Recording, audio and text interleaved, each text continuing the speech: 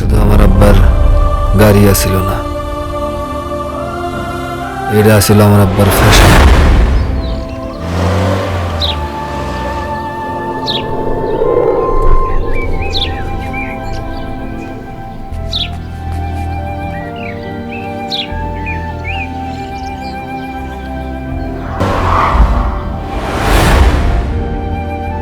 আব্বাটা তো আজ নাই। অনেকদিন পর আব্বার এই গাড়িটা পাইয়া আব্বার ফিল পাইলাম। এই তুই এখানে কি করতেছস রে? হ্যাঁ, কে বাপ, কিসের বাপ, তুই এখানে কেন? কি জানোস, কাল রাইতে তুই যখন বাসায় আইতেছিলি আমি তোর পিছু নিছিলাম। হুদাই মনে করছিলাম দুপুরের পোলাপাইন গুলো যদি আবার রাস্তায় তোর সাথে ঝামেলা করে, হেল লাইগা পরে আর আহে নাই। তুই বাসায় ঢুকলি আমি চইলাই যেতে নিছিলাম। আতকা মনে হইল কি যেন দেখলাম আমি। আমার মনে হইতেছিল অন্ধকারের ভেতর থেকে আব্বাই আমার ডাকতেছে, কাছে আইতে কইতেছে।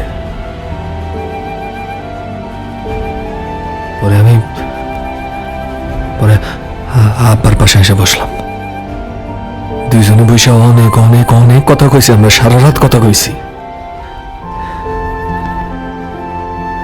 কি যে ভাল লাগছে কথা কইতে কইতে। কখন যে আব্বা আমারে ঘুমাই দিল বুঝলামই না। বাবা গাড়িটারে তুই লাইনে রেখে দিছিল, আসল গাড়ি।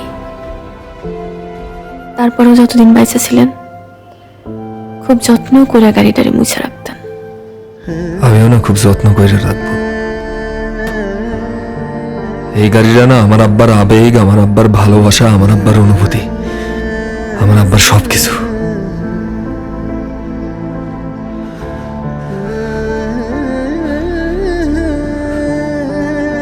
দিবি আমার এই গাড়িটা?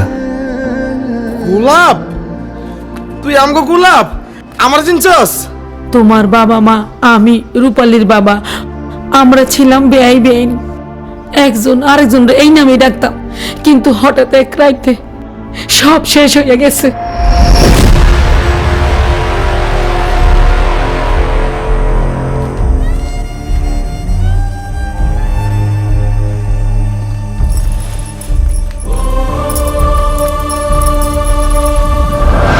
এখন কান্না থামাও।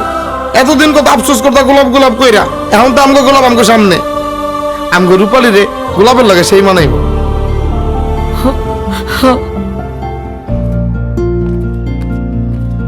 প্রদীপ, গোলাপটা লইয়া উপরে যা।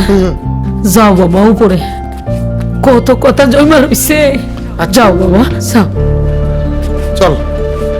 আরে আয় আয়।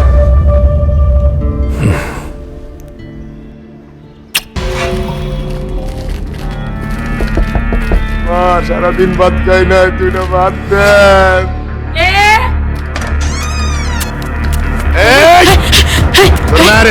আমার মায়ের তোর কি দরকার? তোর মায়ের এত বড় সাহস হয় আমার গায়ে হাত দিচ্ছে। একদম চিল্লিয়ে কথা কবি না। কি করবি? একদম খুলি করে দেবো। কি করবি তুই? কে চিল্লায়? এত বড় সাহস তুই আমার গায়ে হাত দিছিস? চুপ। যা কইতাছিস একদম বইলা দেবো কিন্তু কইলা।